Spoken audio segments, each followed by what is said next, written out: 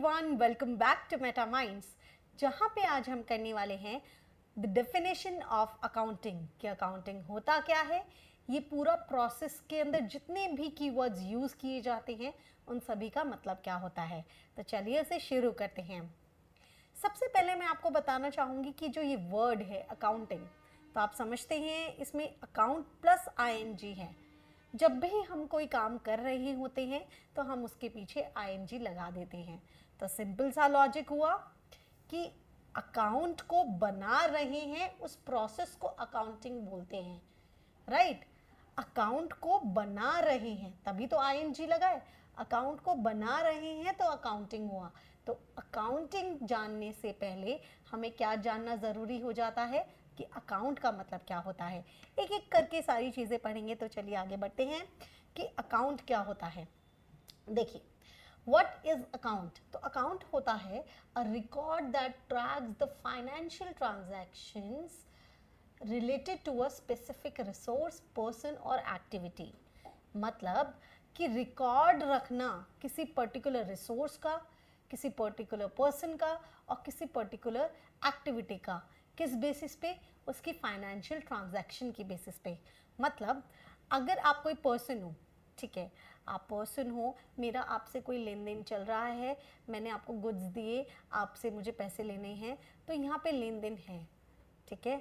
तो यहाँ पे मतलब फाइनेंशियल ट्रांजैक्शन है ये, तो मैं इसे रिकॉर्ड करूँगी। ऐसे ही मैंने कोई एक्टिविटी की, मतलब मैंने कोई फर्नीचर खरीदा और पैसे दिए, तो मैंने कोई एक्टिविटी की है, मैंने फर्नीचर खरीदा है और उसके बदले में पैसे दिए हैं, मतलब फाइनेंस इंक्लूड है, मतलब पैसा इंक्लूड है, तो मुझे इसको रिकॉर्ड करना है।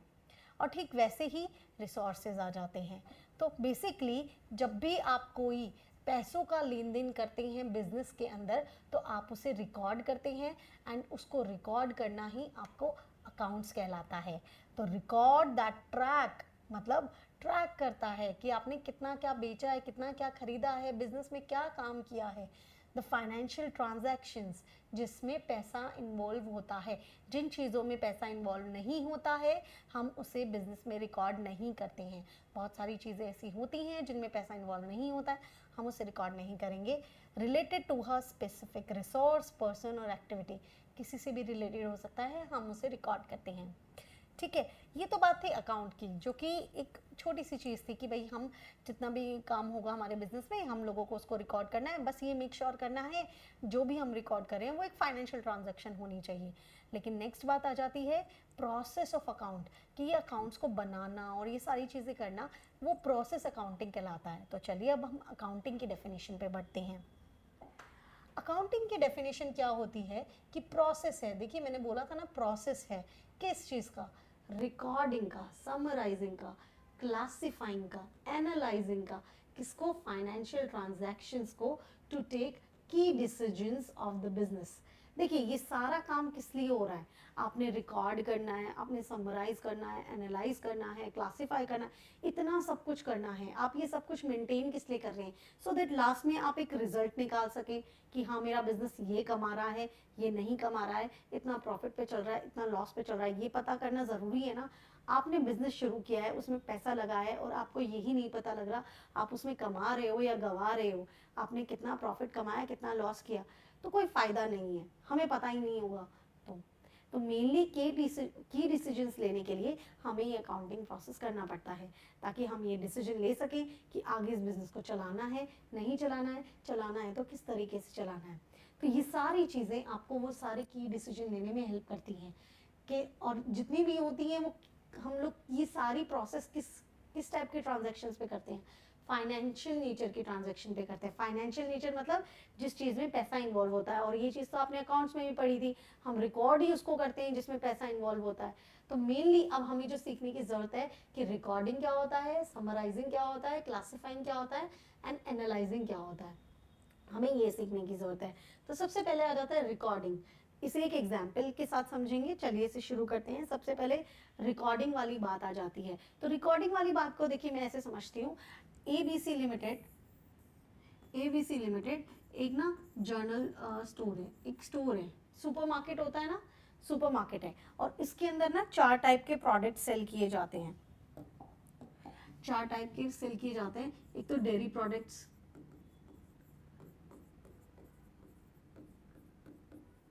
दूसरा आपका आ जाता है जंक फूड, जितने भी पैकेज्ड फूड होते हैं, तो मैंने यहाँ पे जंक नाम लिख दिया उसका। तीसरा आ जाता है बेसिक्स फूड, जितने भी आपकी बेसिक नेसेसिटी वाले होते हैं, वीट, राइस।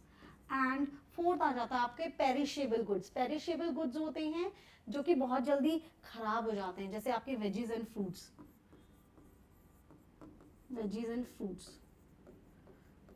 तो आप एक सुपरमार्केट चलाते हो जिसके अंदर ये चारों प्रोडक्ट सेल करते हो, डेयरी प्रोडक्ट सेल करते हो, जंक सेल करते हो, बेसिक फूड आप सप्लाई करते हो, एंड वेजेस एंड फ्रूट्स रखते हो। ठीक है, अब सोच के देखिए, आपके पास कोई डेली अगर आपने सुपर स्टोर खोला हुआ है, डेली आपके पास मिनिमम आपके पास 100 से 150 कस्टमर्स आ रहे हैं। ठीक है, 100 से 150 कस्टमर्स आ रहे हैं, एंड कुछ डेयरी प्रोडक्ट्स ले जाते हैं, कुछ जंक ले जाते हैं, कुछ बेसिक फूड लेके जा रहे हैं, कुछ वेजीज एंड फ्रूट्स के लिए आ रहे हैं, कुछ ये दोनों लेके जा रहे हैं, मतलब कुछ भी ले जा सकते हो ना। आप भी अगर मार्केट जाते हो तो ऐसा तो नहीं है एक सामान खरीदने जा रहे हो और हो सकता है एक सामान खरीदे, आप कितना भी कुछ भी खरीद सकते हो, राइट। लेकिन क्या ये पॉसिबल है आपके लिए कि दिन में 100 से 150 लोग आ रहे हैं और आपको याद रहे कि पहले ने क्या खरीदा था, थर्ड वाले ने क्या खरीदा था, 121th वाले ने क्या खरीदा था? नहीं रिकॉर्ड कर सकते ना, नहीं याद कर सकते।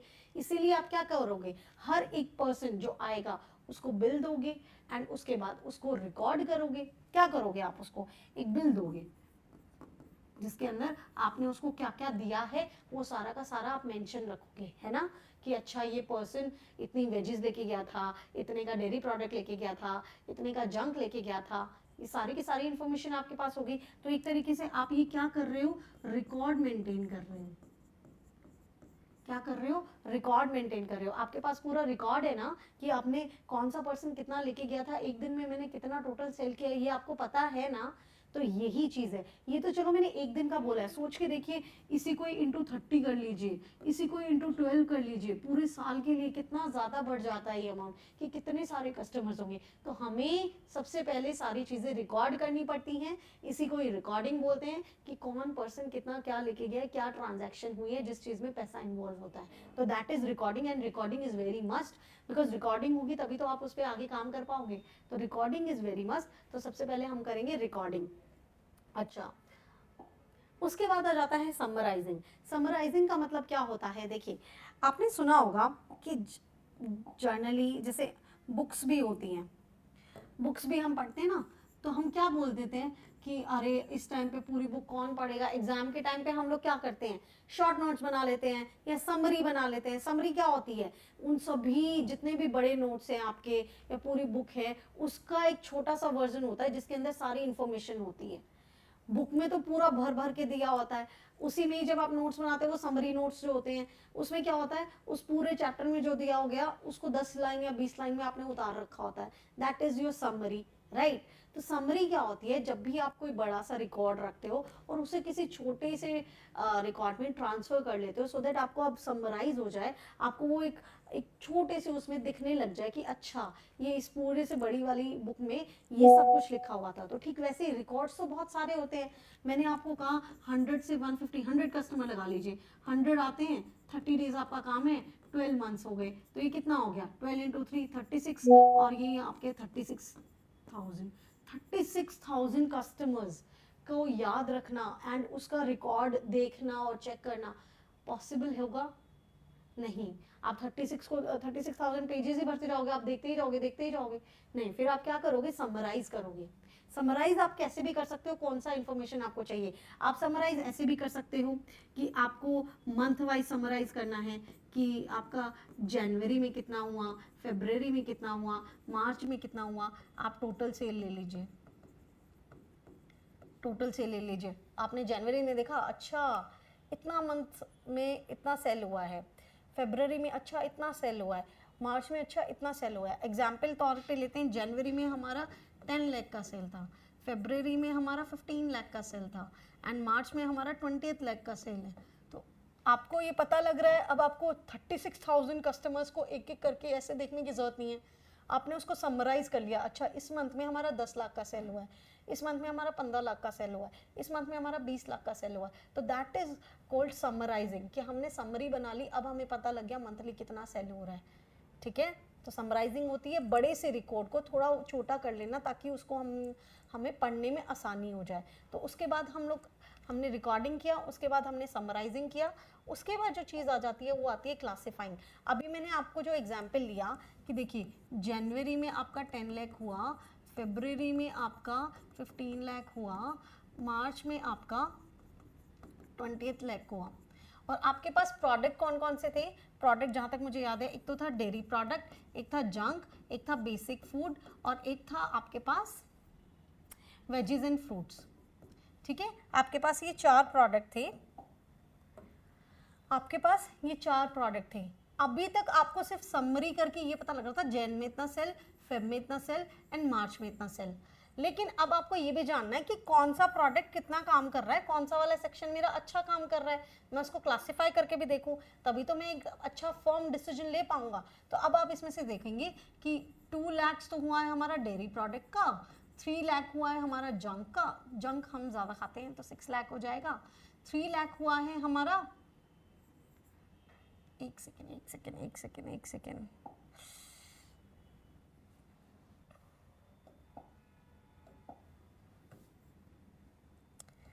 6 लाख हुआ है हमारा जंक का, एंड 1 लाख हुआ है हम लोगों का इस चीज़ का बेसिक फूड का, एंड 1 लाख हुआ है हमारा वेजीज एंड फ्रूट्स का।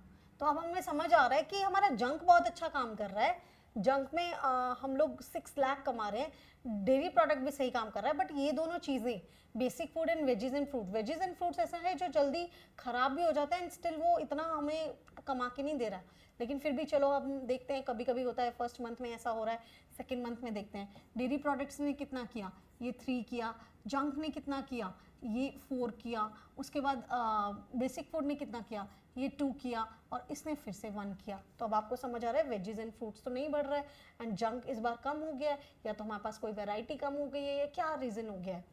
इसी तरीके से आप इसमें भी देखेंगे। तो ये चीज़ें करना कि आपके पास जितने प्रोडक्ट्स थे आपने उसको बांट कर देखा कि कौन से मंथ में किसकी कितनी सेल हुई है, ये तो समराइज किया था कि इतनी सेल हुई है, उसके बाद आपने क्लासिफाई कर दिया कि डेयरी प्रोडक्ट में इतना हुआ है, ताकि आप आगे बेहतर तरीके से समझ सके कि मेरा डेयरी प्रोडक्ट कितना बिक रहा है, हमारा जंक कितना बिक रहा है, हमारा बेसिक फूड कितना बिक रहा है, हमारे वेजेस एंड फ्रूट्स कितने बिक रहे हैं। तो इस तरीके से हम करते हैं क्लासिफाइंग। आप क्लासिफाई किसी भी तरीके से कर सकते हैं। यहाँ मेरे 4 प्रोडक्ट्स थे तो मैंने प्रोडक्ट के बेसिस पे इसको क्लासीफाई किया। तो यहाँ पे इस तरीके से की जाती है क्लासिफिकेशन। क्लासिफिकेशन करने से ना मुझे प्रोडक्ट वाइज पता लग गया कि कौन सा प्रोडक्ट कैसा वर्क करता है, कौन सा प्रोडक्ट कैसे बिहेव करता है और कैसा वो काम कर रहा है। उसके बाद आ जाता है एनालाइजिंग। देखो मुझे अभी तक मैंने सबसे पहले क्या किया था, रिकॉर्ड किया था, उसके बाद मैंने समराइज़ किया, समराइज़ करके मुझे पता लगा कि टोटल सेल कितनी है। उसके बाद मैंने क्लासिफाइंग किया कि उससे मुझे पता लगा कि डेयरी प्रोडक्ट कितना कमा रहा है, बेसिक फूड कितना कमा रहा है, जंक कितना कमा रहा है, वेजीज एंड फ्रूट्स कितना कमा रहे हैं। अब मैं उससे एनालाइज करती हूँ।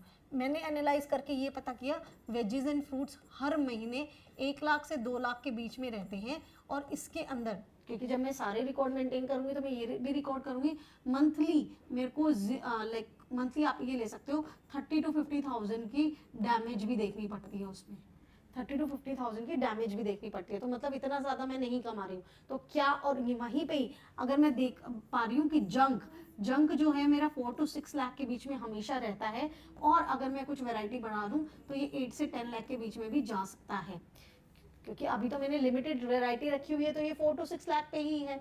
तो अब जो पैसा मैं वेजेस एंड फ्रूट्स पे लगाती हूँ वो मैं इसको एनालाइज करके पता कर सकती हूँ ना कि क्या मुझे वो वहाँ लगाना चाहिए, क्या मुझे यहाँ लगाना चाहिए। ये सारी चीज़ें मुझे कैसे पता लगेंगी, क्लासिफाई कर दिया, अलग अलग कर दिया, करने के बाद उसको एनालाइज करने के बाद ही तो पता लगेगा ना कि डेयरी प्रोडक्ट मेरा जो है वो ऐसा बिहेव कर रहा है, उसके बाद मेरा जो वेजेस एंड फ्रूट्स है वो अच्छा बिहेव नहीं कर रहे हैं, वो अच्छा कमा के नहीं दे रहे हैं और खराब ज़्यादा हो जा रहे हैं।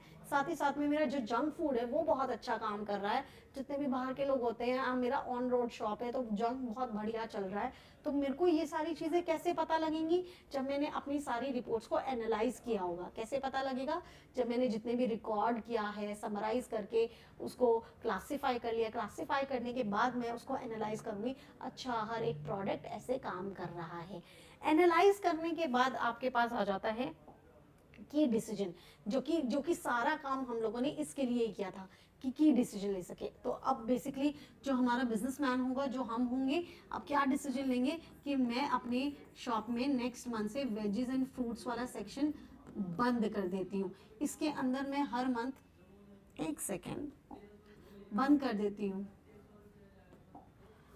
फ्रूट्स बंद कर देती हूँ और इसके अंदर मैं हर मंथ 2 लाख रुपीज कहीं ना कहीं इन्वेस्ट कर देती थी। अब वो 2 लाख रुपीज मैं जंक में डालना चाहूंगी, ताकि जंक फूड में एक जो मुझे एज मिल रही है, एक एक्स्ट्रा सेल हो रही है, वो मेरी बढ़ सके। मैं यहाँ बिजनेस के पॉइंट ऑफ व्यू से सोचूंगी। साथ ही साथ में सोचूंगी मेरा बेसिक फूड भी बहुत नॉर्मली काम कर रहा है। बेसिक फूड भी जनरली मुझे 1 से 3 लाख तक मंथली कमा के देता है। ठीक है, 1 से 3 लाख। वहीं पे जो हमारा डेयरी प्रोडक्ट है, मैंने लिमिटेड रखा हुआ है सारी चीज़ें। डेयरी प्रोडक्ट मुझे 3 से 5 लाख कमा के दे रहा है। तो मेरा डेयरी प्रोडक्ट बहुत अच्छा काम कर रहा है। मैं अच्छा, तो यहाँ पे भी मैं कुछ इन्वेस्टमेंट कर सकता हूँ। यहाँ पे भी इसकी इन्वेस्टमेंट निकाल के मैं यहाँ पे कर सकता हूँ, और अगर मेरे पास नए पैसे हैं तो मैं डायरेक्टली इसमें इन्वेस्ट कर सकता हूँ, तो ताकि मेरे ये प्रोडक्ट्स बढ़िया चल रहे हैं। तो इस तरीके से मैंने की डिसीजन लिया। तो ये थी हमारी अकाउंटिंग कि सबसे पहले आप रिकॉर्ड करते हो, देन आप उसे समराइज करते हो कि कितना कितना मंथली है, उसके बाद आप क्लासिफाई करते हो और उसके बाद आप एनालाइज करके की डिसीजंस लेते हो। ये चीज, एक तो ये चीज थी कि इस तरीके से आपकी अकाउंटिंग साइकिल काम करती है सारी की सारी, कि ये सारे तरीकों से एक एक प्रोसीजर से होके गुजरती है। और एक साथ ही साथ में मैं आपको बताऊंगी इसके यूजर्स भी होते हैं। यूजर्स का मतलब क्या है? जो भी आप अकाउंटिंग कर रहे हो, अकाउंटिंग आपने किया, तो मैंने आपको बोला कि सबसे पहले आपने रिकॉर्डिंग किया।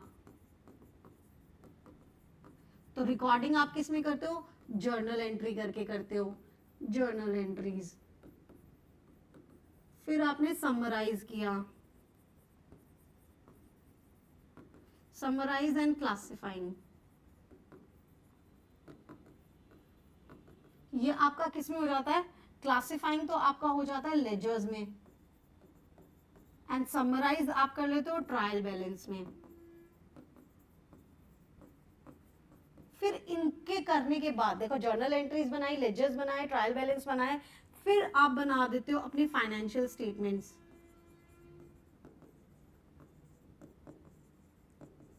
फाइनेंशियल स्टेटमेंट्स में आप क्या बनाते हो? Profit and loss account and balance sheet. इससे आपको पता लगता है कि आपने एनालाइज करने के लिए ना, कि कितना प्रॉफिट कमाया, कितना लॉस कम हुआ है, क्या बैलेंस शीट है। उसके बाद आप की डिसीजंस लेते हो। ठीक है, एक तो ये जो आप कह सकते हो अकाउंटिंग के पूरे प्रोसीजर के थ्रू मैंने बताया। दूसरी चीज ये होती है, जो भी आप ये सारी चीजें बनाते हो ना, जैसे फाइनेंशियल स्टेटमेंट्स बनाए हैं, ये सारी चीजें ना आप दूसरे लोगों के लिए भी बनाते हो। जैसे कि आपके क्रेडिटर्स हो गए, जैसे कि आपका बैंक हो गया, गवर्नमेंट हो गई, क्योंकि उन्हें भी ये रिकॉर्ड चाहिए होता है। क्यों चाहिए होता है? अगर आपको टैक्स पे करना है तो आपके रिकॉर्ड्स मेंटेन होंगे, तभी तो आप टैक्स पे कर पाओगे। जब तक आपको यही नहीं पता कि आपने कितना प्रॉफिट कमाया, कितना लॉस कमाया है, तो आप टैक्स किस पे करोगे? नहीं कर सकते। आपको जीएसटी देना है तो भी आपको रिकॉर्ड मेंटेन करके रखना पड़ेगा। साथ ही साथ में आपको बैंक से लोन लेना है, तो बैंक लोन तभी देगा ना आपको जब वो आपको क्रेडिबल समझता होगा। दैट मीन्स वो ये समझता होगा कि आप उसको वो लोन लौटाने के लिए सक्षम हो, तो उसके लिए भी वो आपके रिकॉर्ड्स चेक करेगा। तो हर एक चीज देखिए, बहुत सारे यूजर्स होते हैं हमारे अकाउंट्स के, जो कि जिसके लिए हम सारे अकाउंट्स प्रिपेयर करते हैं। सिर्फ हमारे लिए प्रिपेयर नहीं करते हैं, हमारे अलावा भी बहुत सारे यूजर्स होते हैं, जैसे कि इंटरनल एंड एक्सटर्नल यूजर्स। ये थोड़ा सा मैं आपको एक्सटेंड करा रही हूँ। इंटरनल यूजर्स आपके खुद के एम्प्लॉयज हो गए, उन्हें भी जानना है कि कंपनी हमारी प्रॉफिट कमा रही है नहीं कमा रही, तभी तो हमें बोनस मिलेगा, तभी तो ओनर हमें बोनस देगा, तो उन्हें भी इंटरेस्ट रहता है। एक्सटर्नल मैंने आपको बताया है, गवर्नमेंट को इंटरेस्ट रहता है, बैंक्स को इंटरेस्ट रहता है, क्रेडिटर्स को इंटरेस्ट रहता है, सभी को इस तरीके से इंटरेस्ट रहता है जो आपको लोन दे सकते हैं, जो आपको हेल्प कर सकते हैं, ठीक है। So this is all about accounting, जिसके अंदर हम लोगों ने सीखा अकाउंटिंग एक प्रोसेस है जिसके अंदर हम अकाउंट्स को मेंटेन करते हैं। और प्रोसेस क्या है कि हम उसमें रिकॉर्ड करते हैं, देन समराइज करते हैं, क्लासिफाई करते हैं, देन एनालाइज करके उस पर की डिसीजन ले लेते हैं। तो इस तरीके की मैं बहुत सारी वीडियोस आपके लिए लाती रहूंगी। आपको अगर कहीं पे भी कोई भी डाउट हो तो आप मुझे कमेंट सेक्शन में पूछ सकते हैं। मैंने पूरी कोशिश की है एग्जाम्पल के थ्रू आपको समझाने की अकाउंटिंग क्या है और इसको बहुत ही ईजी तरीके से आपके सामने रखने की। फिर भी अगर आपको कोई डाउट होता है तो मैं फिर से वही कहूँगी कि कमेंट सेक्शन में ज़रूर बताइएगा और फीडबैक देना बिल्कुल मत भूलिएगा। Thank you so much for being there कि आपने यहाँ तक पूरा वीडियो देखा। मैं ऐसी वीडियोस लाती रहूँगी। Okay bye.